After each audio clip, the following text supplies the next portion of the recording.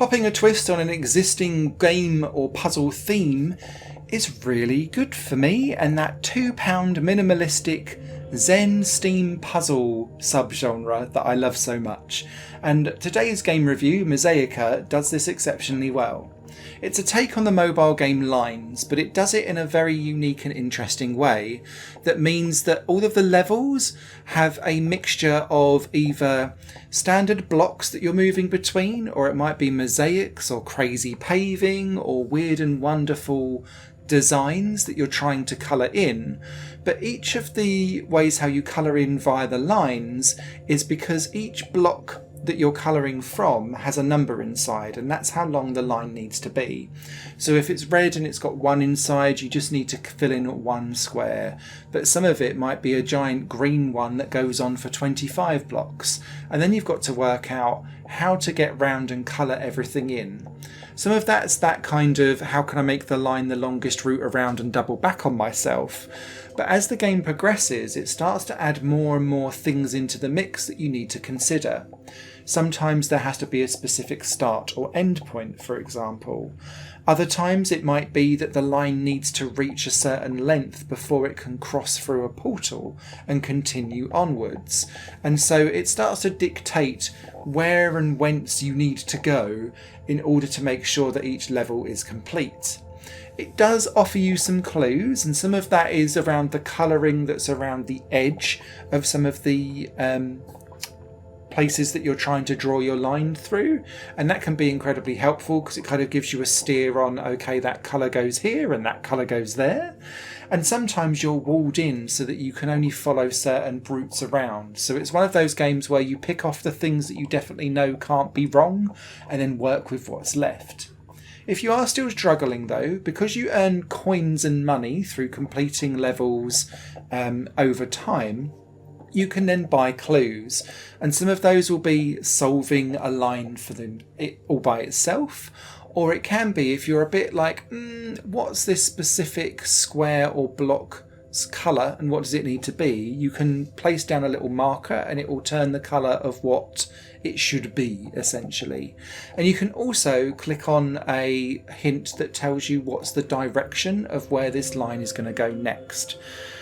You have to earn those hints though, and so playing the levels, and most levels start to come in varieties of different difficulties with procedurally generated levels to solve inside the designs, if that makes sense.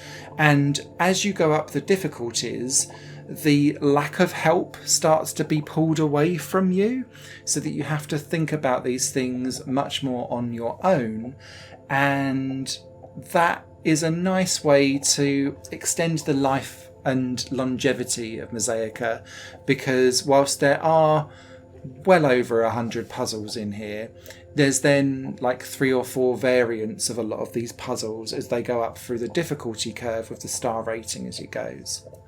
The other thing I'd like to call out is that Mazaica's levels are unlocked through an overworld map that is like an interconnected flowchart, and it starts off with just 1 or 2 options to begin with, but they kind of balloon out like an ink pellet.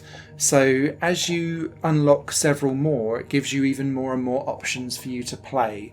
And while some of them are walled off until you complete a certain amount of levels and earn a certain amount of stars, it's usually because they're the more harder or challenging ones later on in the game for you to play with.